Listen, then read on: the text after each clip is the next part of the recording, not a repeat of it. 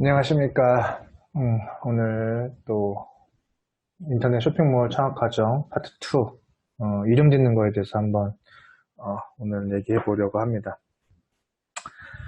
일단 그 전에 지난번 수업했던 내용 중에서 좀 궁금해 하시는 게 있으셔서 제가 요거에 대해서 좀 먼저 답변을 드리고, 그리고 오늘 진도를 좀 나갈게요. 자, 개인 판매자, 지난번에 네이버 스마트 스토어 할 때 개인 판매자 우선 가입해서 사업자로 전환을 하라고 제가 말씀을 드렸는데, 그 개인 판매자에서 사업자 전환은 언제쯤 하면 좋은가요? 라고 메일로 문의를 주셨어요. 그래서 요거에 대해서는 네이버 측에서는 일단 자기는 그 판매 중개업자이지 어떤 그걸 제재하거나 그런 업체가 아니기 때문에 그거는 국세청과 이제 판매자 간의 문제라서 자기네들이 어떤 끼어드는 소지가 없다고 합니다. 그래서 어, 판매 중지를 한다거나 뭐 어떤 처분을 내리지는 않는다고 해요. 매출이 얼마나 많든 적든 기간이 얼마나 오래됐든 적게 됐든 그거에 대해서 네이버 측은 그 관여를 하지 않는답니다. 근데 문제는 뭐냐면은 국세청에서 이거를 알게 되면 많게는 이제 매출액의 75%까지 이제 세금으로 내야 되는 상황이에요. 그렇기 때문에 가급적이면 어느 정도 매출이 오르거나 어느 정도 오랫동안 판매가 됐다면 이제 사업자 전환을 하는 게 맞겠죠. 그런데 요거에 대한 기준은 그 국세청에서 가진 기준, 국세청에서 가진 기준이랄까? 그러니까 일반적인 보편화된 그 내용은 뭐냐면은 일반적으로 그 사업자 같은 경우는 일반 사업자가 있고 이제 간이과세 사업자로 이제 두 가지로 나뉘는데 이제 연매출 4,800만 원을 기준으로 해서 보통 그 기준을 따집니다. 그래서 연매출 4,800 이상이면 그 일반 과세자, 연매출 4,800 미만이면 이제 간이과세자. 그러니까 연매출 4,800이면은 월 매출 한 480만 원이 되는 거죠. 그래서 480만 원, 월 매출 480만 원 이상이면은 일반 과세자. 그렇지 않으면은 그거보다 미만이면 간이과세자로 나뉘는데 이 간이과세자 중에서도 어, 연매출 이제 3천만 원. 그러니까 월 매출로 따지면 한 달에 한 250만 원 정도가 되죠. 요 정도가 되면 그 범위에는 이제 부가세를 납부를 하지 않아요. 그러니까 면제가 됩니다. 부가세 면제가 됩니다. 그 때문에 어, 일반적으로 연매출 3천 정도까지는 이제 그냥 개인 판매자로 해도 되고 연매출 3천 이상이면 어, 사업자 전환을 해야 되는 게 맞죠. 그런데 그럼에도 약간 위험 부담이 없지 않아 있기 때문에 일반적으로 한 달 매출이 100만 원 이상이 되면은 어, 판매자 전환을 합니다. 일반적으로 100만 원, 월 매출 100만 원 정도로 보시면 되고요. 어, 그래서 100만 원이 넘는다 싶으면은 이 아이템이 괜찮구나 라고 생각하셔서 이제 사업자 전환을 하시면 됩니다. 그리고 또 다른 질문 하나가 있었는데 뭐냐면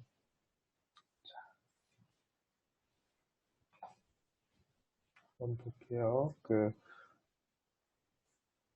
기준이 그러니까 매출 아이템 예측을 하지 않습니까? 아이템 예측을 하는데 아이템 예측을 어, 보다 좀 디테일하게 자세히 얘기해 달라고 하시더라고요. 자, 그 보통 도구에 키워드 도구 들어가시면 키워드에 뭐 자기가 판매하고자 하는 아이템이 있을 거예요. 그 아이템을 한번 검색해 보시는 겁니다. 저 탈모 샴푸를 한번 해볼게요. 탈모 샴푸라고 하면 한 달에 검색 수가 대략 한 5만 8천 건 정도 됩니다. 5만 8천 건. 5만 8천 건 정도 되는데 그 5만 8천 건. 한 달 평균 대략 한 220건 정도 클릭이 됩니다. 물론 이 클릭은 광고 클릭이고요. 클릭률도 뭐 0.41%, 0.42% 정도 돼서 대략 한 달 월 평균 한 220건 정도가 클릭이 된다는 거죠. 그러면은 220건, 뭐, 좋게 잡고 300건이라고 했을 때 하루에 10건 정도 클릭이 된다는 거죠. 하루에 10건 정도 클릭이 된다. 그런데 10건 중에서 10명이 클릭해서 들어왔을 때 10명이 다 사느냐? 그건 아닐 거란 얘기예요. 10명이 다 사면 대략 뭐 좋게 봐서는 한 3% 정도. 뭐 업종마다 다릅니다. 뭐 옷 같은 경우는 1% 미만일 수도 있고요.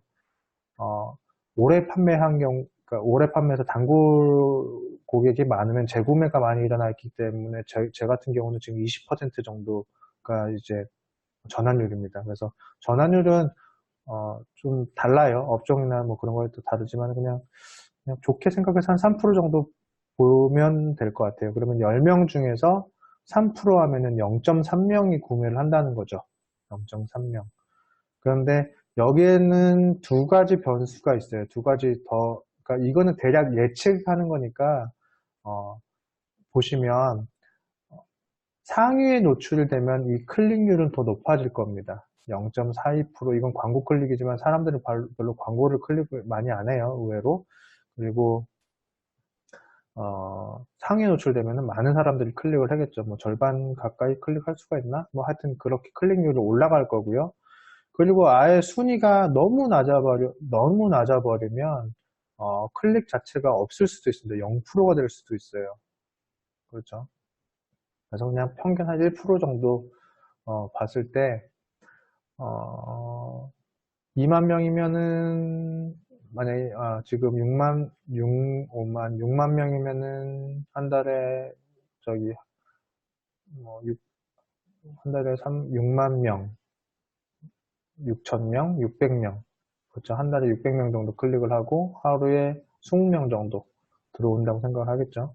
그런데 키워드가 이 키워드로만 접속을 하는 게 아니라 탈모 샴푸로도 들어오고 탈모 샴푸로도 들어오고 탈모 샴푸 추천으로 들어오고 하여튼 여러 연관 키워드를 통해서 들어옵니다. 그래서 그런 것들을 도합해보면 하루에 어느 정도 판매가 되는지 대략적이나마 어, 알 수가 있을 거예요. 그래서 중요한 게 효율이고요. 그래서 그 상품이 얼마나 경쟁이 심한지, 조회수에 비해서 얼마나 경쟁이 심한지에 따라서 클릭률이 결정이 되고, 그래서 전환율이 결정이 되니까, 전환율은 결정이 안 되죠. 클릭률이 결정이 되니까, 대략 그거 가지고 예측을 하시면 됩니다. 그래서 일단, 얼마나 팔릴 건지는 실질적으로 상품 등록해서 팔아봐야 이제 답이 나오는 거겠지만, 대략적으로 상품 조회수랑 상품 경쟁 가지고 체크를 하시는 게 맞습니다. 자, 그러면 이제 오늘 얘기를 해볼게요. 오늘 얘기는 이제 브랜드 네이밍에 대해서 얘기를 할 겁니다. 또 이게 안 뜨네. 자, 봅시다. 브랜드 네이밍. 자, 일단 브랜드 이름은 그 회사 이름이랑 다릅니다. 그러니까 회사 이름은 개똥이로 짓고, 뭐 쇼핑몰 이름은 말똥이로 지어도 상관이 없어요. 그러니까 쇼핑몰 이름이랑, 그러니까 브랜드 이름이랑 회사 이름이랑 꼭 일치할 필요는 없습니다. 꼭 일치할 필요는 없어요. 하지만 사업 초기에는 일치하면 좋습니다. 누구한테 소개할 때 소개하는 나 자신도 이거를 회사로 소개해야 되는 거야, 쇼핑몰로 소개해야 되는 거야, 헷갈릴 수가 있죠. 물론 쇼핑몰 이름으로 소개를 해야겠지만 그런 부분에 좀 헷갈릴 수가 있습니다. 그리고 소비자 입장에서도 이 사람이 개똥이에서 일하는지 말똥이에서 일하는지, 말똥이를 뭘 판다는데 말똥이로 찾아가야 될지 소똥이로 찾아가야 될지 뭘로 찾아가야 될지 헷갈려요. 그래서 가급적 초기에는 그 회사 이름과 브랜드 이름을 동일하게 할 필요가 있습니다. 자, 그래서 일단 그 이름을 지을 때 검색 엔진을 통해서 한번 검색을 해 보시길 바라요. 검색을 해 보시는 겁니다. 그래서 이 이름이 이제 얼마나 많은 사람들이 쓰는지 한번 체크해 볼 필요가 있죠. 예를 들어서 청주공방이라고 한번, 제가 청주라서 청주 사니까 청주공방이라고 한번 쳐볼게요. 그러니까 공방 사업주가 그 말글청, 구슬주, 그래서 비주공방을 하는 사람이 있습니다. A씨가 비주공방을 하려고 해서 이름을 청주공방을 하고 줬는데, 자, 청주공방에 워낙 많은 광고들이 있고, 많은 블로그가 있고, 그 다음에 사이트가 있고, 뭐 이것도 광고죠. 동영상 해서 많습니다. 그러면 내가 누구한테 나는 청주공방 쇼핑몰을 운영을 해 라고 소개를 했는데 그 소비자가 검색을 했을 때 나의 사이트로 들어오는데 많은 어려움을 겪겠죠. 너무 많으니까. 저 사람이 청주공방이란데 어느 청주공방을 얘기하는 거야? 헷갈릴 수가 있고 이탈하게 됩니다. 포기하게 되고 그럼 손님을 잃는 거죠. 그렇죠? 자, 그래서 이름을 지을 때 나의 회사 이름, 내 쇼핑몰만 노출이 돼야 되는 거예요. 그래서 제 회사명, 제 브랜드명은 레드부커스입니다. 레드부커스. 보면, 제가 지금 카페를 운영을 하는 게 있는데, 카페에 대한 얘기밖에 없어요. 그쵸? 지도도 카페, 데이터, 뭐, 리뷰, 이미지, 뉴스, 뭐, 이것도 제 뉴스예요. 이건 또 아니지만, 자, 다 저에 관한 얘기입니다. 그러니까 어떤 걸 클릭을 해도 결국 그 사람은 저희 회사에 대한 정보만을 얻을 수밖에 없는 거예요. 그렇죠? 그러니까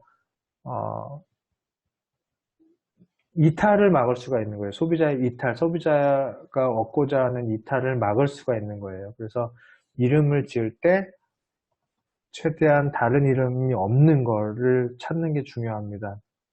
그래서 예를 들어서 검색 결과가 없으면 최고고요.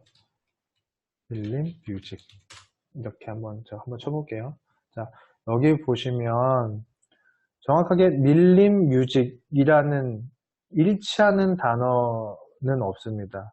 대체적으로 연관 검색어 일치하는 단어가 없어서 이 밀림 뮤직이랑 키워드랑 일치하는 단어가 없어서 유사 키워드들만 나오는 거예요. 밀림의 왕자, 싱싱송, 엠넷, 뮤직비디오 이런 식으로 유사 정보만 나옵니다. 유사 키워드만.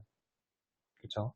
그러니까 이런 것들은 내가 이제 꾸준히 상품을 등록하고 컨텐츠가 늘어나면 일치하는 키워드가 밀림 뮤직이라는 키워드가 일치하기 때문에 정확도 면에서 나의 컨텐츠가 노출이 될 확률이 높죠. 이런 컨텐츠들은 이제 밀어낼 수 있는 상황이 되는 거예요. 하여튼 뭐 이건 하나의 예고요. 최대한 검색 결과가 없는 게 좋습니다. 검색 결과가 없는 게 좋고요. 그리고 이름이 영문 이름, 그러니까 예를 들어서 저 같은 경우는 무엇을 동경하는, 무엇을 좋아하는 뭐 해서 어도어라는 이름으로 해서 브랜드를 하나 가지고 있는데요. 정확하게는 어도어4입니다. 진짜 4인데요. 영문명이지만 이거 같은 경우는 한글로 풀어서서 한글로 어도어4 이렇게 해서 검색을 해 보셔야 됩니다. 그러니까 영어를 쓰는 외국인을 대상으로 해서 판매하는 게 아니라 한국 사람들을 대상으로 해서 판매하는 거기 때문에 한국어로 검색을 하지 아무리 뭐 유명한 샤넬이건 뭐 루이비통이든 검색은 한글로 검색을 할 겁니다. 그렇기 때문에 한글로 검색을 해봐서 그 검색 결과가 어떤 건지 지금 이거 같은 경우도 지금 어도포 샴푸 제 브랜드에 관련된 내용밖에 없어요. 지금 동영상은 아니지만 상관이 없어서 사람들이 이건 클릭도 안 할 거죠.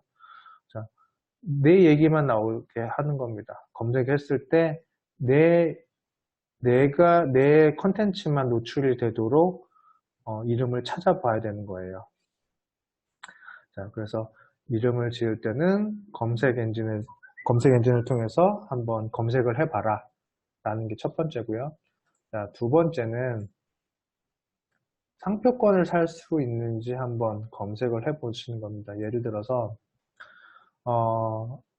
A라는 땡땡땡이라는 쇼핑몰이 있었어요. 땡땡땡이라는 쇼핑몰 실제 뭐 땡땡땡 이름은 아니지만 10년 동안 어떤 분이 A씨가 쇼핑몰을 땡땡땡이라는 이름으로 쇼핑몰을 운영을 했습니다. 근데 제 아는 분이 그 땡땡땡이란 그 상표권을 샀어요. 그러니까 이분은 10년 동안, A씨는 10년 동안 쇼핑몰을 운영했지만 상표권을 사지 않았고요.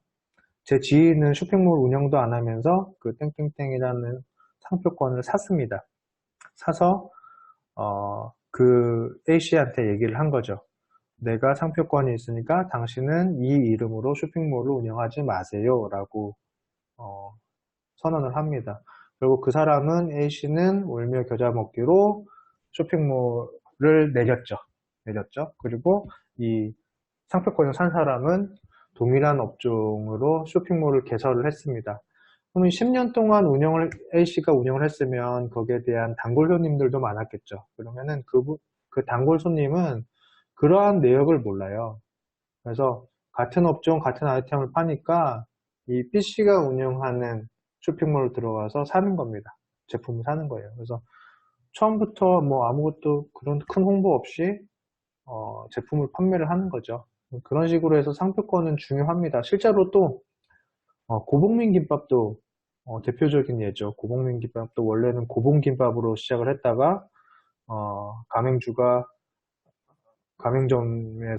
가맹점주가 이제 고봉김밥의 상표권을 사서 거꾸로 그 프랜차이즈 본사에다가 이 이름 쓰지 말라고 하고 자기가 이제 프랜차이즈를 하게 되죠. 그리고 원래 원주인은 이제 고봉민 김밥이라고 새로 이제 프랜차이즈를 하게 됩니다. 그러니까 이런 일이 비일비재해요. 때문에 상표권은 사야 됩니다. 상표권을 사야 되는데 지금 사실 필요는 없고요. 그러니까 지난번 교육 때도 말씀드렸지만 일단 내 판매하는 아이템이 제대로 먹힐 것인지 안 먹힐 것인지 개인 판매를 통해서 판매를 하는 거지 않습니까? 그렇기 때문에 이걸 본격적으로 사업자 전환할 때 그때쯤 구매를 하셔도 상관은 없어요. 상표권이 이게 비쌉니다. 상표권 하나 사는 게 예를 들어서 저 같은 경우는 이제 어도어포라는 다시요. 어도어포라는 상표권을 샀습니다. 어도어포. 아까 처음에도 얘기했지만 영문이었어요. 어도어포. 그런데 사람들은 한글로 검색하기 때문에 어도어포 이렇게 두 가지 이름을 사야 됩니다. 두 가지 이름. 근데 문제는 이것도 어떻게 보면 업종이라고 해야 되나? 그 상표권에서는 무슨 35류, 뭐 33류 이렇게 해서 류라고 얘기를 하는데 그 류에 그러니까 예를 들어서 저는 온라인 쇼핑몰이다. 자, 온라인 쇼핑몰을 하고 또 온라인 쇼핑몰을 통해서 화장품을 팝니다. 자, 그러면 나는 요 어도포란 이름으로 온라인 쇼핑몰 U를 하나 사야 되고요. 영문 이름의 화장품 U를 사야 됩니다. 두 개를 사야 되고요. 한글명으로 온라인 쇼핑몰, 한글명으로 화장품 U. 그래서 총 4개의 상표권을 삽니다. 총 4개의 상표권을 삽니다. 근데 다른 사람이 어도포 가지고 뭐 의류를 사겠다. 의류를 하겠다. 가능합니다. 그러니까 나에 대한 권리는, 내 상표권의 권리는 온라인 쇼핑몰과 화장품에 대한 것만 권리가 있지, 의류에 대한 권리는 다른 어도포라는 이름 가진 사람이, 가지게 되는 거죠. 때문에, 4개를 사야 됩니다. 저 같은 경우는. 4개를 샀고, 4개를 샀고, 4개를 사는데, 한 개 구입하는데 대략 한 40에서 50만 원 정도 됩니다. 대행 수수료까지 포함해서 그 정도 비용이 들기 때문에 급하게 살 필요는 없어요. 급하게 살 필요는 없습니다. 나중에 천천히 구매를 하세요. 자, 구매를 하시는데, 그거는 어떻게 상표권이 있는지 없는지 파악하냐. 키프리스라는 데가 있습니다. 키프리스. 상표권을, 등록하는, 이제 특허청인가요? 특허청인데, 그래서 상표, 그래서 검색을 해봅니다. 뭐, 나오리라라고 되어 있는데, 검색 결과가 없으면 살 수가 있는 거예요. 근데 검색 결과가 없다고 해서 100% 살 수 있는 건 아닙니다. 뭐 여러 가지 또 누구나 범용적으로 쓸 수 있는 이름이라든지 뭐 그런 거에 대해서는 살 수가 없어요. 그래서 정확한 거는 그냥 상표권 등록하는 이제 변리사라고 하나요? 상표권 등록이라고 검색하면은 업체들이 많습니다. 이 업체들 보면은 이 업체들 통해서 무료 상표 검색 있죠? 무료 검색, 무료 상표 검색. 이런 거 비용 안내 문의해서 물어보는 거예요. 업체별로 물어보는 거예요. 그래서 어떤 업체는 이 업체에서는 그 상표 가능합니다. 살 수 있습니다. 얘기할 수 있고요. 뭐 이 업체는 살 수 없습니다. 이렇게 같은 이름이지만 뭐 다른 해석을 할 수가 있어요. 그래서 살 수 있다는 업체에다가 그 상표권 구매를 의뢰를 합니다. 왜냐하면 자기가 직접 하기에는 좀 너무 까다롭고 절차가 복잡하기 때문에 어렵거든요. 그래서 맡기는 게 편해요. 돈도 그렇게 비싸지는 않고요. 그래서 이런 업체에다가 맡기면 됩니다. 자, 그래서 두 번째 상표권 얘기를 나눴고요.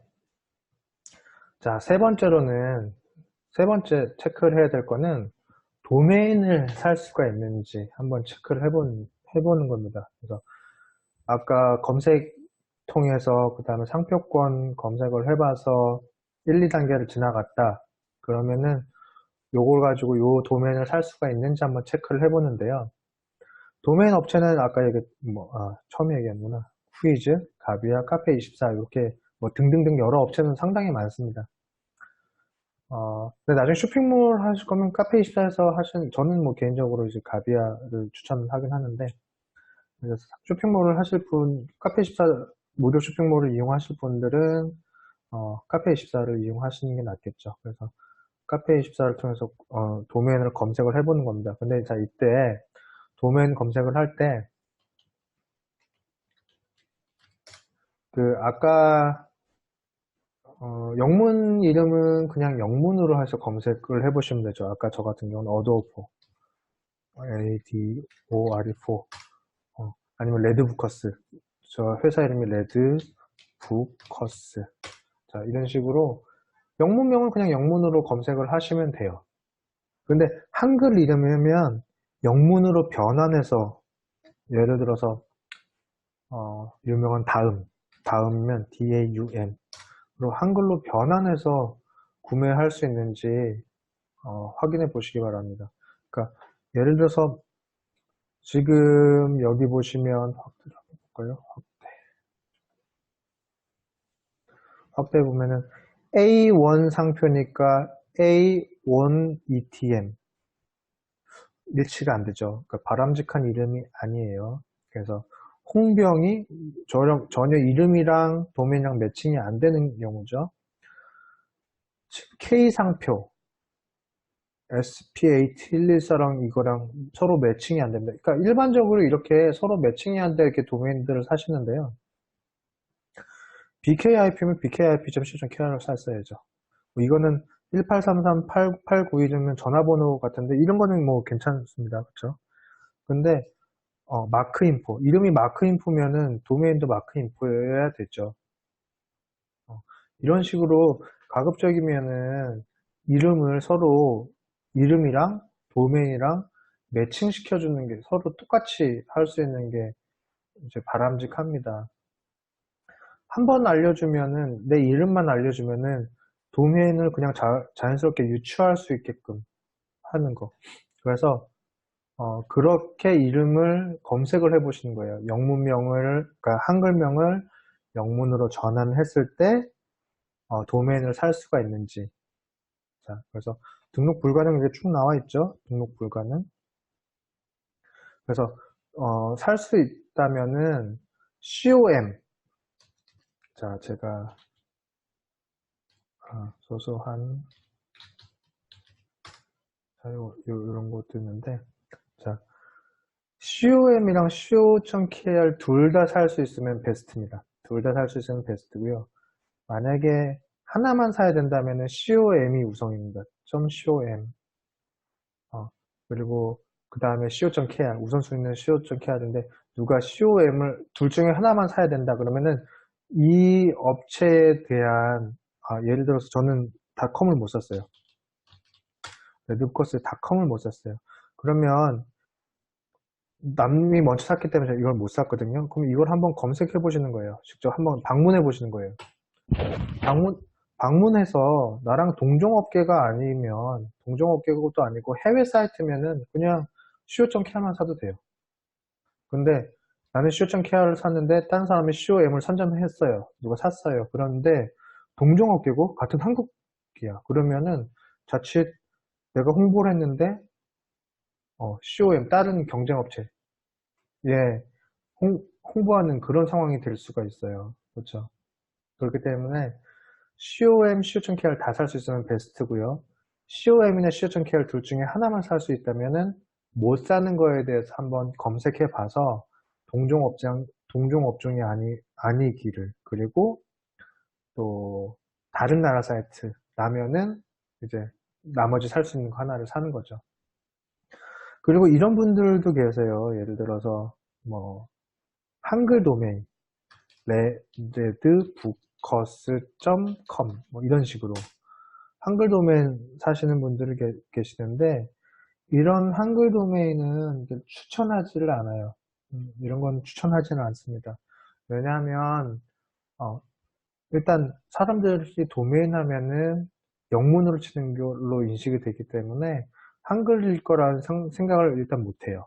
그래서 많은 사람들이 인식을 못하고요.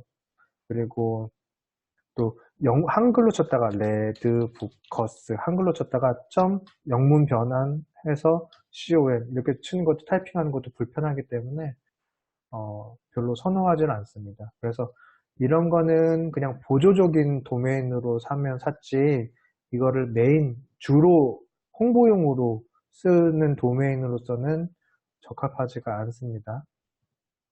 그리고 도메인은 여러 개를 붙일 수가 있어요. 예를 들어서 한 쇼핑몰이라도 소소한 땀 com인데 com도 붙일 수 있고요.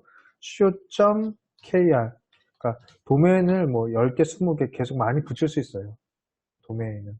그러니까 둘 중에 둘 다 살 수 있으면 둘 다 사고, 아니면 뭐 아까 한글 도메인이다 그런 것도 살 수 있으면 사고, 많이 사두면 됩니다. 어차피 1년 하는데 한 1, 2만 원 정도이기 때문에 뭐 많이 사두시면 되죠. 도움이 될 겁니다. 자, 그래서 3단계는 일단 도메인을 살 수 있는지. 자, 1단계, 2단계 지나서 3단계도 통과됐다. 3단계 통과 못했다. 그럼 다시 1단계, 2단계 다시 검토를 다시 해야겠죠. 그러니까 계속 이게 반복이 되는 겁니다. 되는지 안 되는지 계속 반복을 해야 되는 거고. 자, 네 번째가 있습니다. 아까 도메인 샀을 때, 이제 요 몸통 부분, 요거를 이제 세컨 레벨 도메인이라고 합니다. 여기 보여주면 탑 레벨, 세컨 레벨, 서브 도메인이라고 하고 하는데, 이 세컨 레벨 도메인을 이제 아이디로 해서 쓸 수가 있는지, 그러니까 회원가입할 수가 있는지, 여기저기. 자, 어떤 걸 예를 들냐면, 자, 이걸 그대로 보여줄게요. 저 같은 경우는 아까 레드부커스라고 했습니다. 그러면은 블로그.naver.com.redbookers, 아까 이게 세컨 레벨 도메인이죠. 세컨 레벨 도메인. 여기서는 이제 계정 아이디가 되는 거죠. 블로그.naver.com, 레드부커스라는 아이디로 네이버에 가입할 수 있는지 체크를 해보는 겁니다. 가입이 됐죠, 저 같은 경우는. 자, 페이스북에서 레드부커스 있습니다. 자, 왜 안 떠? 자, 페이스북에서 레드포커스 있고요. 자, 인스타그램도 있고요. 스마트 스토어에도 자, 있습니다. 이렇게. 그러니까 스마트 스토어 적어도 쇼핑몰이라면 스마트 스토어 요 아이디 부분으로 해서 뭐 다른 거 블로그, 카페 뭐 여러 가지가 있지만 뭐 최소한 이제 스마트 스토어에는 이 이름으로 쓸 수 있는지 물론 도메인사 가지고 여기 스마트 스토어에도 붙일 수는 있어요. 있지만 일단 내가 아이디를 하나만 알려줌으로 인해서 다른 걸 이제 유추할 수 있겠죠. 이 사람 홈페이지 주소는 뭐 redbookers.co.kr이 있겠구나. 자, 뭐 블로그.naver.com.redbookers 하면은 블로그가 나오겠구나. 페이스북도 마찬가지고 인스타그램도 마찬가지고. 그러니까 하나만 알려주면 다른 것들도 다 주소를 유추해서 할 수가 있는 거죠. 그렇죠? 자, 그래서 뭐 네이버 같은 경우는 네이버 회원 가입이 가능한지 체크하시면 되겠고요. 프로필 로고 하우스에서 스마트 스토어 회원 가입, 판매자 가입할 때 개인으로 해서 가입해서 사용 가능 이름 조회하기 해서 요 URL에 요런 걸 쓸 수 있는지 뭐 레드부커스니까 레드부커스 이미 사용한 URL인데 이렇게 뜨죠. 그러니까 아이디 하나 가지고 회원 가입이 가능한지 쇼핑몰 가입이 그러니까 스마트 스토어 가입 가능한지 네이버 가입이 가능한지 등등을 체크할 필요는 있습니다. 뭐 도메인 해가지고 붙여서 쓰는 것도 상관없어요. 근데 일단은 하나 알려줌으로 인해서 효율이 이제 그만큼 늘어난 거죠.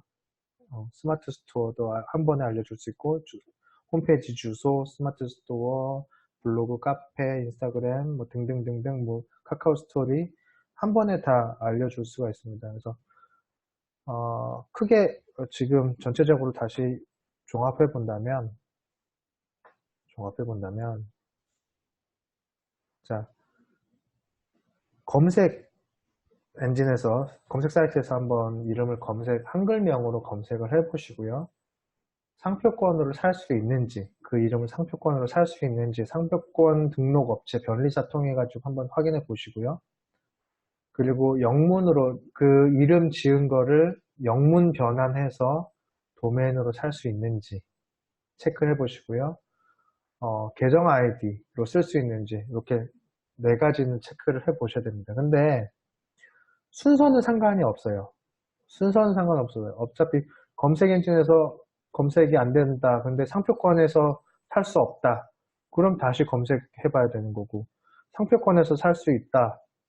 그럼 도메인에서 검색해 봤더니 도메인으로는 살 수 없다. co.kr, com 다 살 수 없다. 그럼 뭐 다시 상표권 넘어가고. 그러니까 뭘 하든지 순서는 크게 상관이 없어요. 네 가지 다 순서는 중요하지가 않습니다. 그래서 다 걸리지 않는 거가 이제 중요하죠. 근데 중요도는 있어요. 제일 중요한 거는 일단 지금 중요도 순서대로 놨는데 검색 엔진에서 아무런 이름이 검색이 안 돼야 된다는 거가 제일 중요합니다. 두 번째로는 상표권 살 수 있는지 없는지. 세 번째는 도메인. 검색 엔진 아무것도 노출이 안 됐고 상표권도 살 수 있는데 도메인은 살 수가 없어. 그러면은 뭐 어쩔 수 없이 뭐 다른 이름으로 해서 뭐 할 수는 있죠. 효율은 좀 떨어지지만 계정 아이디도 마찬가지로 효율은 떨어지지만 뭐 다른 걸로 뭐 할 수는 있습니다. 근데 중요도 면에서는 검색 엔진 검색, 상표권, 도메인, 계정 아이디 이런 순으로 이제 진행하시면 됩니다. 그러니까 이름 짓는 거에는 이제 시간이 많이 필요해요. 그래서 한 뭐 몇 개월, 뭐 며칠, 몇 주 이렇게 많이 필요한데 일단 팁을 좀 드린다면 저 같은 경우는 이제 마인드맵을 사용합니다. 마인드맵 사용을 해서 이런 마인드맵을 사용합니다. 그래서 내가 하고자 하는 아이템이 뭔지 자, 저 같은 경우는 중고 도서 공유. 자, 그래서 다른 뭐 관련된 걸로 뭐 책, 알라딘도 유명하고 뭐 서점, 북스토어 뭐 이런 식으로 해서 다 관련된 단어들을 쭉 나열해가지고 이거를 조합을 해보는 겁니다. 예를 들어서 저 같은 경우는 레드부커스인데 왜 레드부커스냐면은 이거 중에서 이제 도서 공유에 꽂힌 거예요. 도서 공유. 도서 공유 때 빨간 책에 꽂혔습니다. 빨간 책이라는 거에 꽂혔어요. 빨간 책, 물론 지금은 무슨 어떻게 해석할지 모르지만 예전에는 빨간 책 하면은 이제 야한 책을 얘기했거든요. 야한 책. 야한 책. 야한 책은 이제 친구들끼리 막 돌려봤거든요. 그 도서를 공유를 한 거죠. 빨간 책, 그러니까 야한 책을 공유를 했습니다. 그래서 이름을 레드북,